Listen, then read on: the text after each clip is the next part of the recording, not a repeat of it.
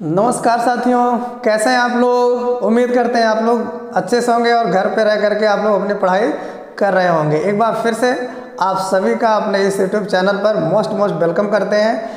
इस video lecture में हम लोग सीखेंगे फिजिक्स की दुनिया की एक बहुत बेहतरीन लॉ, एक बहुत ही बेहतरीन, बहुत ही महत्वपूर्ण इम्पॉर्टेंट कंसेप्ट जिसको कहते हैं Biot Savart law, Biot Savart का नियम। जैसा कि आप सबको पता ही होगा, जो लोग वीडियो लेक्चर इसके पहले वाला देखे उनको तो पता होगा, जो लोग पहली बार ये वीडियो लेक्चर हमारे चैनल पर आकर के देख रहे हैं उनको हम बता दे रहे हैं। यूनिट 3 कक्षा 12 की फिजिक्स, क्लास 12 की फिजिक्स का unit 3 magnetic effect of electric current हम लोग स्टार्ट कर चुके हैं। इसमें यह लेक्चर नंबर 3 आपका चल रहा है। इसके पहले वाले लेक्चर में इंट्रोडक्शन था, दूसरे वाले लेक्चर में हम लोगों ने देखा था ओरस्टेड का एक्सपेरिमेंट, तीसरे वाले लेक्चर में बायो सावर्ट का नियम आज हम आपको सिखाएंगे। तो चलते हैं, इसका थोड़ा सा रिवीजन कर लेते हैं। बायो वाले सावर्ट उसमें क्या नाम इसके पहले वाले वीडियो लेक्चर में हम लोग ओरस्टेड का एक्सपेरिमेंट देखा था। 1820 ईस्वी की घटना थी बच्चों। किसकी घटना, कब की घटना थी? 1820। डेट से कोई मतलब नहीं है, फिर भी आप एक टाइम के साथ अगर हम लोग स्टडी करेंगे तो देखेंगे आप इलेक्ट्रोस्टैटिक जब स्टार्ट हुआ था तो 16वीं शताब्दी की बात हुई थी, डॉक्टर गिलबर्ट से लेकर के आज हम लोग 1820 ईस्वी तक पहुंच चुके हैं। टाइम के साथ हम स्टडी करेंगे तो थोड़ा सा हमारा माइंड मेकअप बना रहेगा कि कैसे कैसे समय बीतता गया, कैसे कैसे एक्सपेरिमेंट होते गए, तो उससे एक फीलिंग आएगी बच्चों फिजिक्स की। और बाकी आपके एग्जाम से कोई मतलब नहीं है डेट वोट का, तो डेट वोट पूछा नहीं जाता है बहुत ज़्यादा। तो ये देखिए 1820 ईस्वी में ओरस्टेड ने ये दुनिया को बताया कि अगर कोई कंडक्टर है और उसमें करंट चल रही है, क्या चल रही है बेटा? करंट चल रही है, तो अपने आसपास क्या बना लेता है? मैग्नेटिक फील्ड बना लेता है। इससे दुनिया को पहली बार पता चला करंट का मैग्नेटिक इफेक्ट, मतलब करंट अगर है तो चुंबकीय क्षेत्र भी बना लेती है। तो ओरस्टेड ने ये एक्सपेरिमेंट किया था, लेकिन इसके बारे में और कोई जानकारी उन्होंने नहीं दिया। ओरस्टेड ने ये नहीं बताया कि जो करंट है वो मैग्नेटिक फील्ड तो बना रही है, तो बताया, लेकिन कितना बना रही है ये नहीं बताया। वो जो वायर के अंदर करंट है वो मैग्नेटिक फील्ड जो बना रही है आसपास, वो किन किन बातों पर निर्भर कर रही है ये भी ओरस्टेड ने नहीं बताया। तो उसी टाइम जब इस घटना को फ्रांस के 2 साइंटिस्टों ने देखा, ये एक का नाम था बायो, दूसरे का नाम था सावर्ट। जैसा कि बोर्ड पे हमने ऑलरेडी हेडिंग लिख दिया है, बायो और सावर्ट। बायो और सावर्ट ने जब इनके एक्सपेरिमेंट को देखा तो उन्होंने इस पर बहुत अच्छे से एक्सपेरिमेंट किया और बताया कि जब किसी कंडक्टर में करंट फ्लो होती है तो उसके द्वारा जो इलेक्ट्रिक फील्ड बनती है वो किन किन बातों पर डिपेंड करती है, और उसका मैग्नीट्यूड निकालने के लिए एक बेहतरीन फार्मूला दिया, बेहतरीन नियम दिया, जिसे दुनिया बायो सावर्ट के नियम से जानती है। आप लोग आज इस नियम को बहुत अच्छे से सीख लेंगे। आप पेन ले लीजिए, कापी ले लीजिए और हमारे साथ इस नियम को सीखने के लिए तैयार हो जाइए। देखिए यहाँ पर एक डायग्राम हमने बनाया है। सबसे पहले आप इस डायग्राम को अच्छे से आप समझने का प्रयास करिए।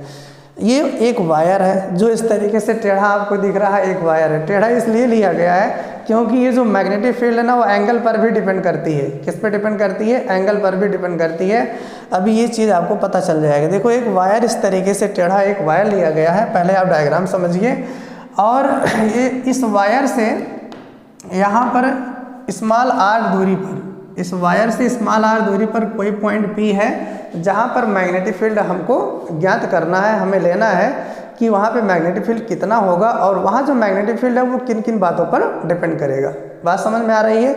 ये एक वायर है बच्चों, इसमें कितनी करंट फ्लो हो रही है? आई करंट इसमें फ्लो हो रही है। तो इस आई करंट फ्लो होने की वजह से बिंदु P पर जो मैग्नेटिक फील्ड बनेगा वो कितना होगा और वो किन किन बातों पर डिपेंड होगा। बायो और सावर्ट इस बात का एक्सपेरिमेंट करके दुनिया को यह बता रहे हैं कि ये जो यहाँ मैग्नेटिक फील्ड बनेगी वो किन किन बातों पर डिपेंड करेगी। आइए देखते हैं एक एक करके। तो बायो सावर्ट ने एक्सपेरिमेंटली बताया कि यहाँ जो ये मैग्नेटिक फील्ड बनेगी, इस वायर में जो करंट फ्लो हो रही है आई, इसकी वजह से जो यहाँ मैग्नेटिक फील्ड बनेगी वो सबसे पहला जो मैग्नेटिक फील्ड बनेगा वो किस बात पे डिपेंड करेगा। मान लीजिए छोटा सा मैग्नेटिक फील्ड बना, इसलिए डेल्टा बी लिखा गया, डेल्टा बी प्रोपोर्शन टू आई। सबसे पहले तो बायो सावर्ट ने यही बताया कि जितनी ज़्यादा करंट होगी उतना ज़्यादा मैग्नेटिक फील्ड बनेगा। बहुत कॉमन सी बात है बच्चों, हम लोगों के लिए अब तो कॉमन हो गया, बट उन लोगों ने जब एक्सपेरिमेंट किया होगा चैलेंजिंग बात थी।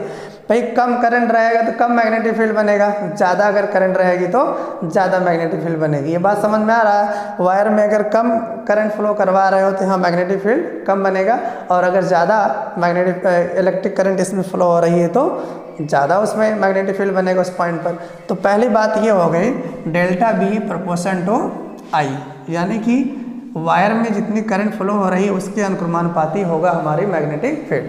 चलिए दूसरी बात क्या है, ये जो डेल्टा बी होगा वो प्रोपोर्शन होगा डेल्टा एल के। अब ये डेल्टा एल क्या है बच्चों? डेल्टा एल क्या है? इस चालक तार की लंबाई। देखो ये चालक तार जो है ना, ये पूरी लंबाई पर डिपेंड करती है। कौन? यहाँ पर जो मैग्नेटिक फील्ड है, यहाँ जो मैग्नेटिक फील्ड बनी है वो चालक तार की लंबाई पर भी डिपेंड करती है। यहाँ पे छोटा सा लेंथ लिया गया बच्चों, बहुत छोटा सा लेंथ लिया गया ताकि कैलकुलेशन में आसानी हो। जैसे जैसे आप लंबाई बढ़ाते जाओगे ना वैसे वैसे ये मैग्नेटिक फील्ड यहाँ पर बढ़ती जाएगी। बहुत ध्यान से समझिएगा, बच्चे इस पॉइंट को समझ नहीं पाते हैं। यहाँ पे मैथ में कैलकुलस की मदद से इसको इंटीग्रेट करके पूरी लंबाई के द्वारा मैग्नेटिक फील्ड निकाला जाता है। लेकिन अभी आप धैर्य रखिए, पेशेंस रखिए, यहाँ पर आपको घबराने की ज़रूरत नहीं है। तो सबसे पहले देखो आपको दिमाग में ये रखना है, यहाँ जो मैग्नेटिक फील्ड है वो ये जो चालक तार है ना इसकी लंबाई पर भी डिपेंड करता है। सिर्फ आप इस बात को अभी ध्यान में रखिए। क्लियर हो रही बात? तो यहाँ भी छोटी सी लंबाई लिया गया है, स्मॉल लंबाई delta L. Delta L like zero इतना सिर्फ बड़ा मैंने बनाया है ताकि फिगर में देखे, इतना बड़ा होता नहीं है। जितना छोटा आप बना सकते हो उतना छोटा आप बनाइए, है ना। बाद में जितने बड़ी लंबाई के लिए लेना होता है उसको समाकलन करके हम लोग निकालते हैं। तो कुल मिला जुला करके ये आपको याद रखना है। दूसरी बात कि ये यहाँ पर बिंदु P पर बनने वाली मैग्नेटिक फील्ड चालक तार की लंबाई के अनुक्रमानुपाती होती है। यानी जो छोटा सा सेगमेंट DL लिया गया है DL के अनुक्रमानुपाती होता है। ये बात नंबर 2। ये दूसरी बात उन्होंने एक्सपेरिमेंटली देखा, delta B proportion to DL। तीसरी बात देखिए, यहाँ जहाँ आपने DL बनाया है, ये देखिए DL है बेटा, ये DL एज वेक्टर काम करेगा। बहुत ध्यान से समझिए बेटा। यहाँ पे अगर ये DL को एक हम सदिश मान लें, क्या मान लें? सदिश मान लें। और यहाँ जो बिंदु P है, यहाँ से डिस्टेंस R है, इसको भी हम सदिश मान लें, तो ये वेक्टर DL और वेक्टर R के बीच का एंगल क्या हो जाएगा? थीटा। अभी आप मान लीजिए बच्चों, ये जो DL एक वेक्टर की तरह बिहेव कर रहा है और ये जो R है ये भी एक वेक्टर की तरह बिहेव कर रहा है, तो इसके बीच का एंगल भी तो बनेगा। ये जो एंगल है इसके साइन पर डिपेंड करेगा। साइन माने जा।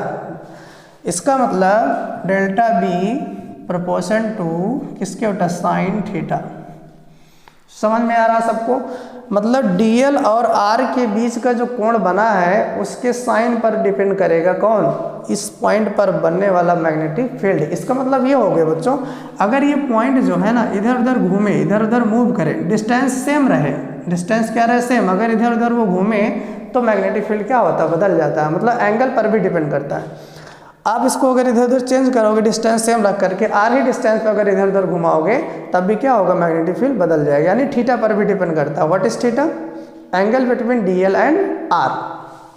और कोई बात है जिस पर ये मैग्नेटिक फील्ड डिपेंड कर रही थी? यस बच्चों, मैग्नेटिक फील्ड डिस्टेंस के वर्ग के व्युत्क्रमानुपाती थी। किसके वर्ग के व्युत्क्रमानुपाती थी? डिस्टेंस के वर्ग के व्युत्क्रमानुपाती थी। डेल्टा बी अनुक्रमानुपाती या प्रोपोर्शन टू 1/r²। ये तीसरी बात थी, तीसरा समीकरण मान लीजिए। और ये चौथा, जितनी ज़्यादा दूर आप इस वायर के जाओगे उतनी कम मैग्नेटिक फील्ड होगी।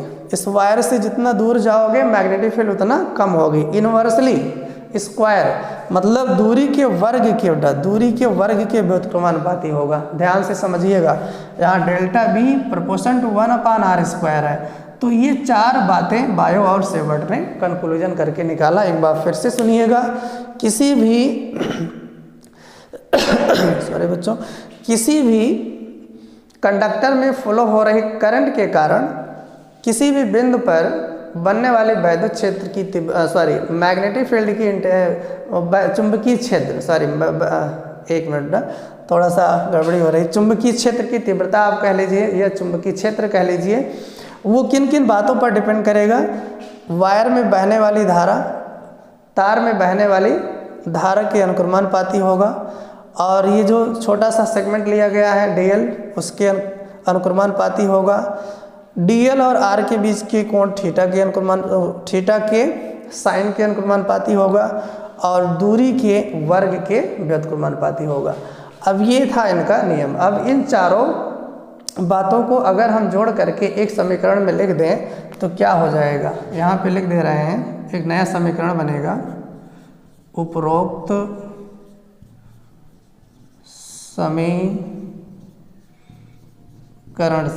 समीकरण से क्या हो जाएगा बच्चों, dB proportion to I D L sine theta upon R square. अब ये अनुक्रमानुपाती का चिन्ह हटाने के लिए एक कांस्टेंट आएगा।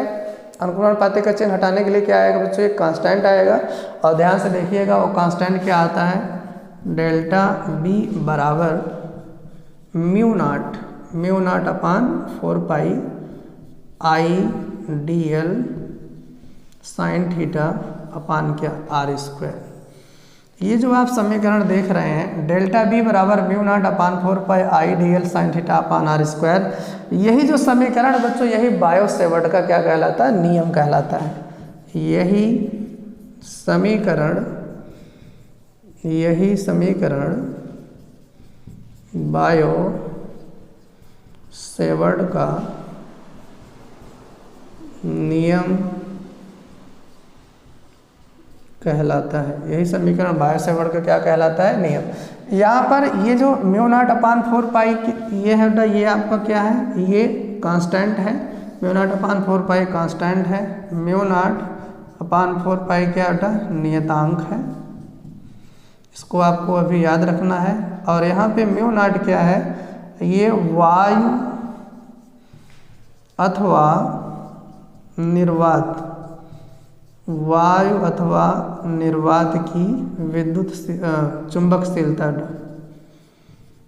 चुंबकशीलता क्या है बच्चों, चुंबकशीलता है। देखिए जैसे इसके पहले आप लोगों ने एप्सिलॉन नॉट पढ़ा था, वैसे यहाँ पर म्यू नॉट है। म्यू नॉट वायु अथवा निर्वात की चुंबकशीलता है। लेकिन आप ध्यान दीजिए बेटा, यहाँ पे बहुत इंपॉर्टेंट बात है, चुंबकशीलता क्या होती है, इसका कंसेप्ट क्या है, इसका लॉजिक क्या है। जब हम लोग आगे बढ़ेंगे, अभी ये जो यूनिट हम लोग पढ़ रहे हैं इसके लास्ट में बहुत डिटेल से इसके बारे में हम लोग करेंगे। अभी अगर इसको यहाँ करने लगेंगे तो बाकी के टॉपिक छूट जाएंगे। इसको थोड़ा सा आप लोग धैर्य रखिएगा, पेशेंस रखिएगा। ये यूनिट के लास्ट में ये आपके सिलेबस में दिया गया है कि चुंबकशीलता क्या होती है, उसको वहाँ हम लोग बहुत डिटेल से डिस्कस करेंगे। अभी इसको एज ए कांस्टेंट आप लोग बच्चों याद कर लीजिए। जैसे जैसे हम आगे बढ़ेंगे, जैसे जैसे हम पढ़ेंगे ना, वैसे वैसे सारी चीज़ें 1 बाय 1 क्लियर होती चली जाएंगे। आप लोगों को घबराने की बात नहीं है, घबराने की ज़रूरत नहीं बच्चों। आप लोग धैर्य रखते हुए पढ़ते चले जाइए पूरा सिलेबस। एक दिन ऐसा आएगा हर चीज़ आपको समझ में आ जाएगा, तब आपको लगेगा हाँ हमने कुछ सीखा है। तो ये इसका पूरा अच्छे से स्क्रीनशॉट ले लीजिए। ये जो आप समीकरण देख रहे हो इसी को कहा जाता है बायो सेवर्ट का नियम। अगर पेपर में आपके एग्जाम में 1 नंबर में क्वेश्चन पूछा जाता है बायो सेवर्ट का नियम लिखिए, तो आपको यही समीकरण लिखना है, डेल्टा बी बराबर mu not upon 4 pi I D L sine theta upon R square. अगर 2 नंबर में आता है तो आप डायग्राम बना करके ये क्वेश्चन आप दिखा करके ये समीकरण आप यहाँ तक पहुँच जाइएगा, ठीक है। अब इससे रिलेटेड बाकी जो बातें हैं, बाकी जो कंसेप्ट है बायो सेवर्ट से रिलेटेड, जैसे इसका वेक्टर रूप क्या होता है और यहाँ जो मैग्नेटिक फील्ड बना उसके डायरेक्शन ज्ञात करने का नियम क्या है, उसको हम नेक्स्ट लेक्चर में लेंगे। अब इस वीडियो लेक्चर में बस इतना ही बच्चों। अगर वीडियो आपको पसंद आया हो तो ज़्यादा से ज़्यादा बच्चों तक शेयर कीजिए, हमारे इस चैनल को सब्सक्राइब करिए। मिलेंगे अगले वीडियो में। Thank you for watching this video बच्चों, बाय।